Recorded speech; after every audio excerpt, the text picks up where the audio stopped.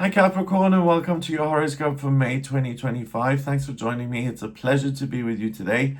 My horoscopes are based on the UK time zone, and please watch them in this order: for your rising sign first, then your sun sign, and then finally your moon sign. So I'm going to be watching this for my moon sign because my moon is in Capricorn. I'm going to break May down into 4 weeks.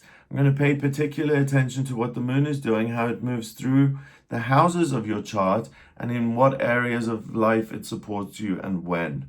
So, week one, or the first 4 days of the month, really, Thursday the 1st until Sunday the 4th of May. On the 1st of May, we have the moon in Gemini, and it's in your sixth house of daily routine, your physical health, the structures of your life, and work. So the moon in Gemini is about problem solving, it's about communication, and Jupiter is good luck and growth and good fortune. So any work presentations that need doing, the first of the month is great for that. Any changes you want to make to your routine, if you feel inspired to make any changes, go with those. They're not going to let you down. And making changes to the way you eat, your nutrition, your physical health as well, that's going to have a positive effect. Now, on the 1st of May, we have a Celtic festival called Beltane, and it means we're halfway between the spring equinox and the summer solstice. And it reminded me of a Persian fire festival, and excuse my pronunciation, I have zero Farsi. Çaharshanbe Suri. It happened on the 18th of March this year, and it's the day before Nowruz, the Persian New Year. And it's this wonderful ceremony where people are prompted to jump over a fire. So, what I love about it is that it works on so many levels. First of all, the fire jumper has to gather all their courage and their strength to actually jump over this fire. And what it does is, because it's the day before the new year, you're jumping into the new year full force. You're saying, whatever happens in this coming year, I'm here for it. I am embracing it. I am completely showing up for it, which in my experience, the universe rewards people who commit and who take risks. And also, by jumping over the fire, the flames cleanse away any negativity and detox things from the past. So that's what I'd like you to think of May here, as a beginning of a whole new year. It's a wonderful month that's about building things. For the first 20 days of the month, we have the moon in Taurus, and Taurus is a fixed earth sign that's about creating things, actual tangible objects, things that you can build, money, security, work, structures, your physical health, your physical body. So on the 2nd and 3rd of May, then we have the moon moving into Cancer, and it moves into your 7th house of relationships next to Hades in Cancer. And it's interesting because the moon in Cancer is very sensitive. The moon rules Cancer, so it's happy in that placement. But Hades is the thing that you really don't want to look at.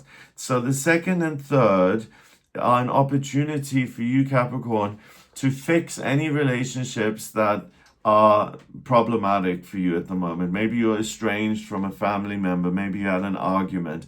Even if you don't want to look at it, you know that it's in your best interest to fix this. The 2nd and 3rd is the best to kind of jump over your own shadow, to swallow your pride and to say, let's just get this fixed. Then the 4th of May, we've got the moon going into Leo, and it joins Mars, the planet of masculinity and drive, and your transiting ascendant. They're both in Leo in your 8th house, and the 8th house is institutions, authorities. And this is a great day. It extends into the next week as well. The moon stays in Leo in that 8th house on the 5th of May as well.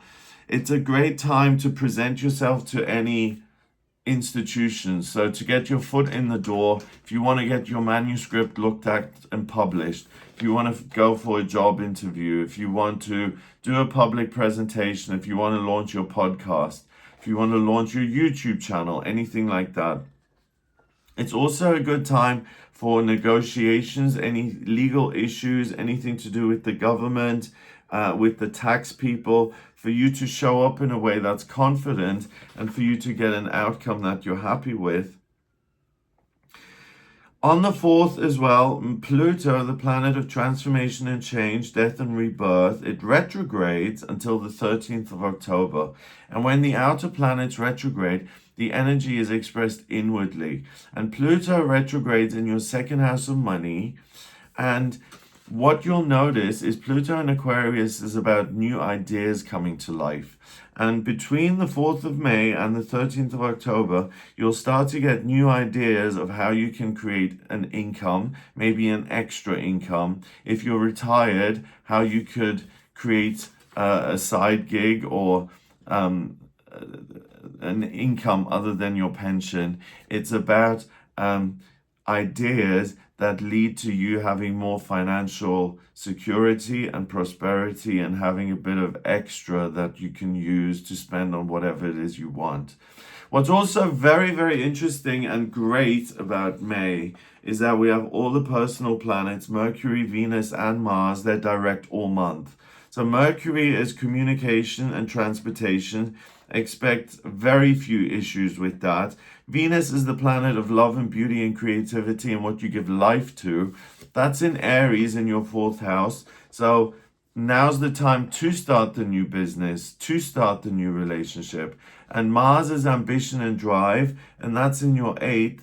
Now it's time for you to make the presentation, to present yourself, to stand your ground, and to get what you want, and to engage in conflict if you feel you've been treated unfairly. So in the first 4 days of May, the moon starts on the 1st in Gemini in your 6th house, and it ends up on the 4th in your 8th house. So that's the right-hand side of your chart. It's about the descendant. So the first 4 days are about acquiring what you're looking for, what you don't have in your life just yet, whether that's relationship or that's better health or that's a settlement that you're happy with. The first 4 days are really about asserting yourself and getting what it is you want. Week 2, Monday to Sunday, the 5th to the 11th of May, the moon is still in Leo on the 5th, which I mentioned. Then on the 6th and 7th and 8th, the moon goes into Virgo and it goes into your 9th house of education, travel, and the higher realms. And what's also in that 9th house is your South Node.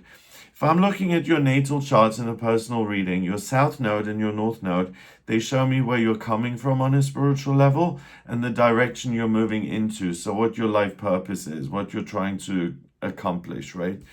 And here on the 6th, 7th, and 8th, Virgo allows you to travel to places that you're familiar with and to recharge.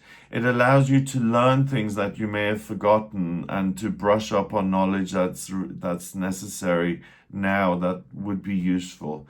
It's also a great opportunity to get a message from the higher realms that either confirm or that give you an answer to some sort of a question that you've had. On the 6th and 7th, we've got the Eta Aquarids meteor shower, which is best viewed in the southern hemisphere.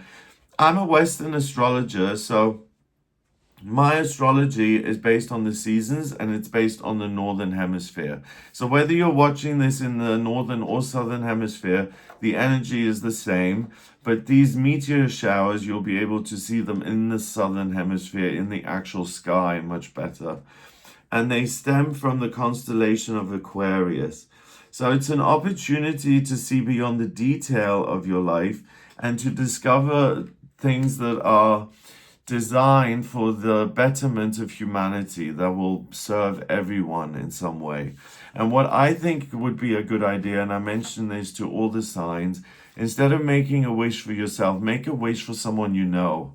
Like, instead of saying, oh, I hope I meet the love of my life this month, make a wish and say, I hope my Amazon delivery guy, I hope he finds all the happiness in the world, or the person I met at the gym, I hope they reach their training goals. And I make a wish for someone else. What you put out, you get back. And I think with this meteor shower, magical things will happen when we make wishes on behalf of other people. On the 9th and 10th, the moon goes into Libra and it goes into your 10th house of work. So this is a great 2-day period to connect with your work that you're already doing, to connect with the people you're working with, to problem solve. Libra is a bridge with a bump in it. So to overcome obstacles in your work and to solve problems that have been unresolved before. On the 10th of May, particularly, we have Mercury that ingresses into Taurus and it moves out of your 4th house in Aries and it moves into your 5th house of what you love to do and who you love. And Mercury is the communication planet. In Taurus, it thinks in a very earthy type of a way. And again, it will help you to get clear on, this is the work that I do. Do I love this work or not? Is this something I want to continue or not? And if the answer is yes, I'm in the perfect job, that's going to be amazing because it'll allow you to commit to it even more and to throw yourself into it completely. But if it's not right, then you'll have the opportunity to say, well, what are my other options? What can I change here? On the 11th, the moon moves into Scorpio and it goes into your 11th house of hopes and dreams. And it stays there on the 12th and 13th as well, moving into week 3. And this is kind of complicated because the moon in Scorpio is very sensitive and it's very able to see beyond the surface of things and to get to the root cause of things. And Black Moon Lilith is sitting in there. That represents, in your natal chart, that represents the part of the chart where your shadow self tries to hold you back. Vesta represents the home, and Juno represents endless summer, something that would make you incredibly happy. So with the moon hanging out over there in your 11th for this 3-day period, what you're going to be able to discover is, what is it that you're afraid of pursuing when it comes to doing work that you love? And what is it that you're afraid of when it comes to pursuing who you love? Which are difficult kind of topics, you know? Like, for instance, if I want to work as an engineer, I may be afraid that I'm just not mathematically skilled enough and that I will fail and that I'll make a fool of myself and that all that money invested into the studies will be wasted and I'll be embarrassed in front of my family. Or if I want a particular type of relationship, I may be afraid of approaching that person because I don't feel good enough, or I don't feel like I'm in good shape enough, or I don't feel like my circumstances put me in a position where I seem like I'm someone who is desirable. So these 3 days aren't going to be the easiest for you, but it will show you where you're holding yourself back. And when you do the opposite of what Black Moon Lilith tells you or scares you off from, when you push through the fear and you do it anyway, that's when you succeed. So if you are interested in a particular person or in a particular type of person, pursue that person, talk to them, say hello. If you're thinking of working in a particular field, but you're scared that you'll fail, try it.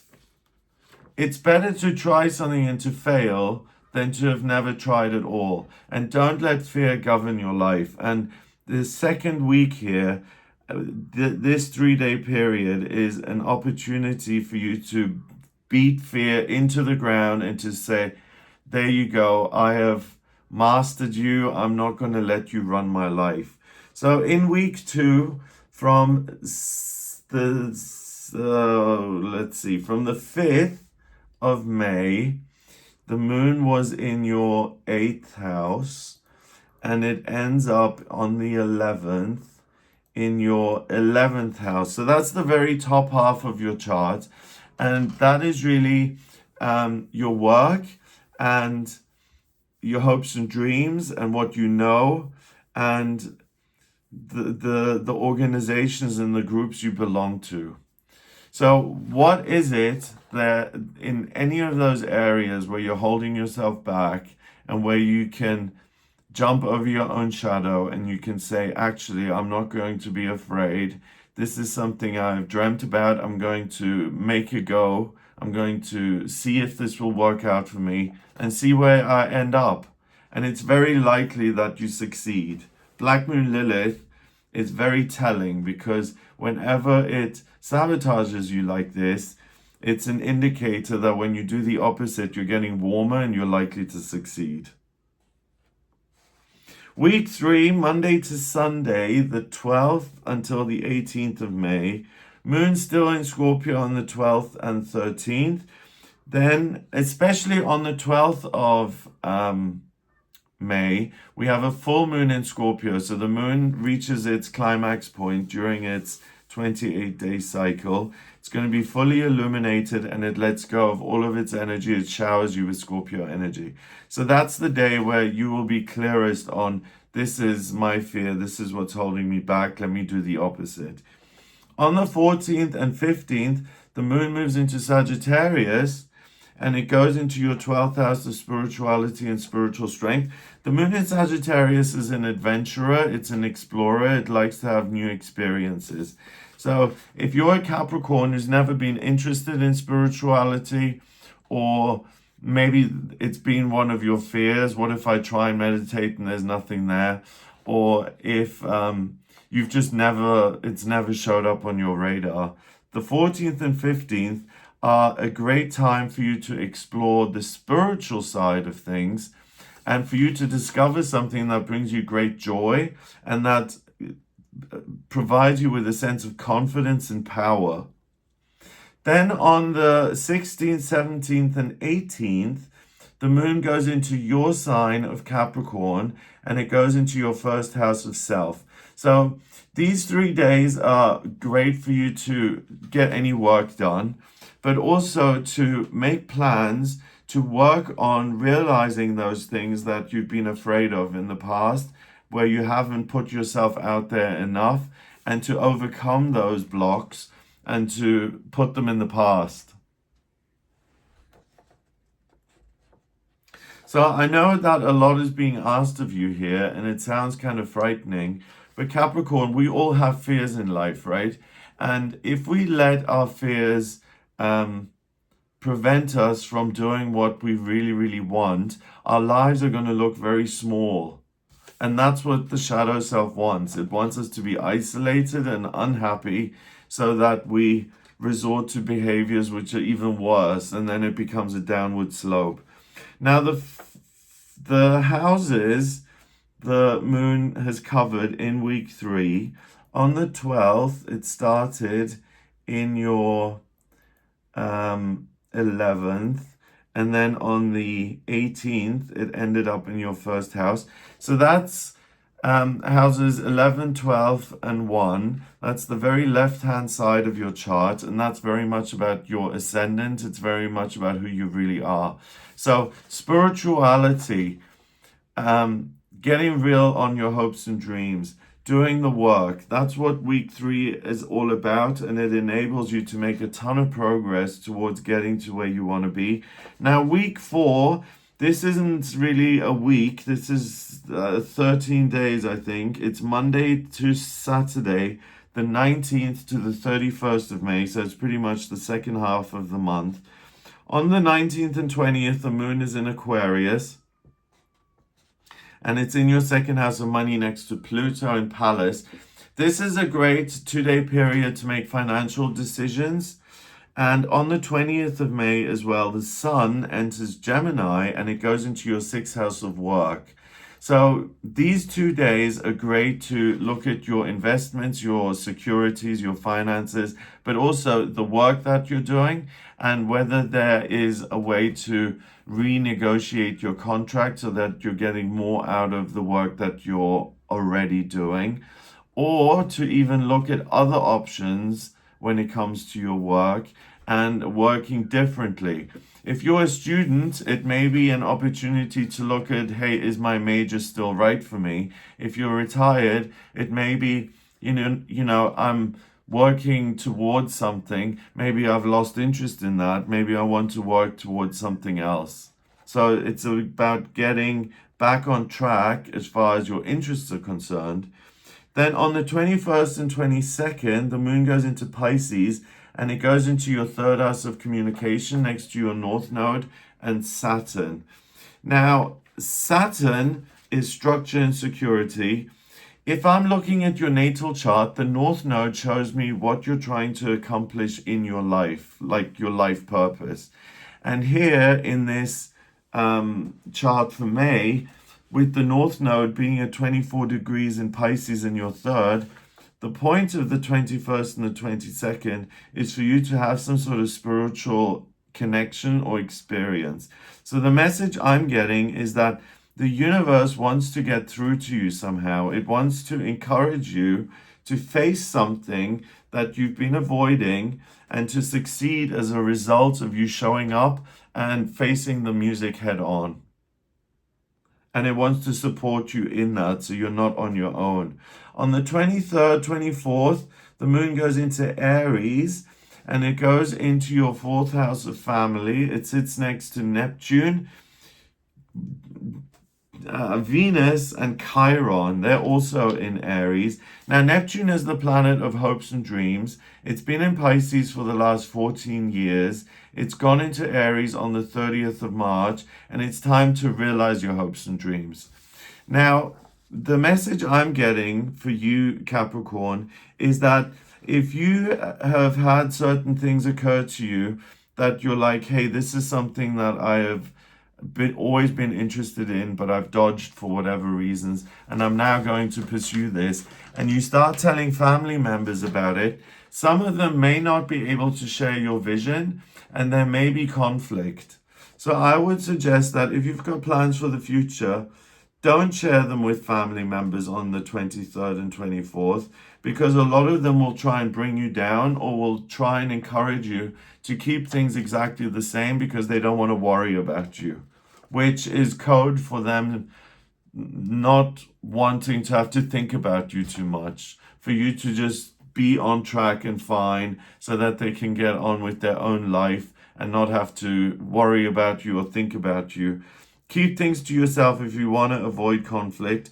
On the 24th, Saturn also enters Aries, and it goes into Aries until September, and it joins that fourth house. So Saturn is structure and security. These outer planets like Neptune and Saturn, they change signs very rarely, right? So Saturn is dipping its toe into Aries here until September. It again goes into your fourth house of your roots, your family, and next to Neptune for the next, 4 months, it's going to encourage you to pursue things that you haven't pursued in the past in order to build more security and structure and a greater sense of self-worth for yourself. It's not about talking, it's about doing, and it's about jumping into action.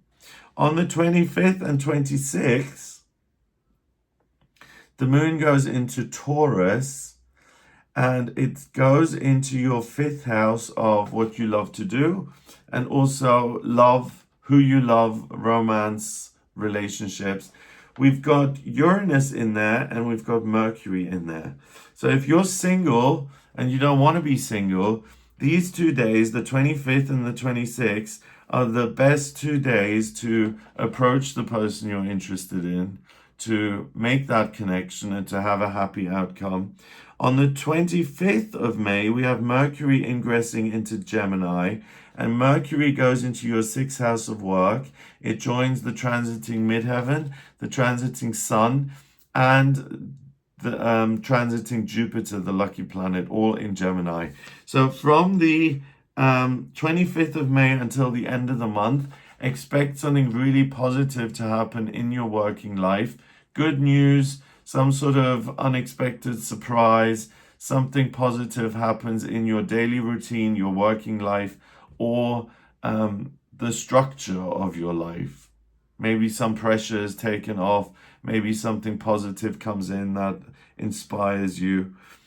Then we have the moon joining all of that energy in the 6th house. The moon goes into Gemini on the 27th, the 28th. And on the 27th, we have a new moon in Gemini. So that's when the moon goes pitch black, pulls a ton of energy in order to start its next 28-day cycle. And again, that happens in your 6th house of daily routine and work and structure. So Gemini is an air sign that's ruled by Mercury, the communication planet. Mercury is in Gemini in that 6th house. So expect a problem in your life, something that has shown up in your daily routine to go poof, to disappear, and for you to celebrate that and for your life to look a lot easier and to have less obligation and duty in your life. Then on the 29th and 30th, the moon moves on into Cancer. And again, as before, beginning of the month on the 2nd and 3rd, it's an opportunity to make nice with someone you've had conflict with and to resolve those kind of issues, even if you don't necessarily want to. The key, you've got options. You can either leave that as it is and say, do you know what, I want to have conflict. I don't want to make up. It's not up to me. I don't care. But the key thing is you have so many positive things happening here. You have the ability to overcome your own hopes, your own fears that keep you from your hopes and dreams. So solving conflict and getting rid of difficult relationships by simply reaching out, it's just another way to make the landscape of your life in May look much more pleasant and positive than if you don't take the action. So I'll leave that up to you here on the 29th and 30th, but if there is an issue with another person and you want to resolve that issue, they're going to be open and willing to work through it with you. I think that's a better way of saying it. Then finally, on the 31st of May, we have the moon going into Leo, and it joins Mars again in your 8th house of institutions. So this is another great day for you to present yourself, for you to get your foot in the door, to go for job interviews. But on the 31st of May, we also have Venus, the planet of love and beauty and creativity, which is in Aries in your 4th house. That's going to be at its greatest Western elongation.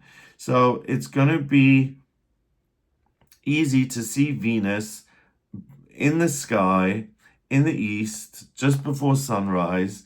And with Mars in a fire sign in Leo in your 8th, and Venus in a fire sign in Aries in your 4th, it's really, when you put the male and the female together, usually you get some new beginning. And the 31st is a day to take a risk, to put yourself out there, to again overcome your own fears. And you'll get a really wonderful outcome on the 31st where something takes life. So the investment is there. They say, yes, we'll give you the money, or yes, we'll publish your book, or yes, we will hire you, or yes, we will patent your invention, whatever it may be. So take the greatest risk at the end of the month. You'll have the best outcome and have something to celebrate at the end of the month. So I hope that gives you an idea of what you'll be working with here in May. I hope you have a fabulous time. If you would like a personal reading with me, please get in touch via my website. It's gregoryscott.com. To draw up your birth chart, I need your place of birth, date of birth, and time of birth. If I don't have the time of birth, it's not the end of the world. I can use sunrise. But the problem with that is that the ascendant and the house placements are then going to be off. And because of that, there's a process called chart rectification. You send me 10 or more significant events that have happened to you in your life. And by looking at those and looking at your chart, I can manually work out your time of birth so that the chart is accurate. And then once I have the chart in front of me, I can analyze it and see what your life purpose is, what your vocational aptitudes are, where you're naturally lucky and supported and where you don't have to do much work, and also where you do have to work extra hard because you're not as blessed. Things that are destined for you in relationships and finance and spiritual development and friendships and belonging to organizations and all these other things.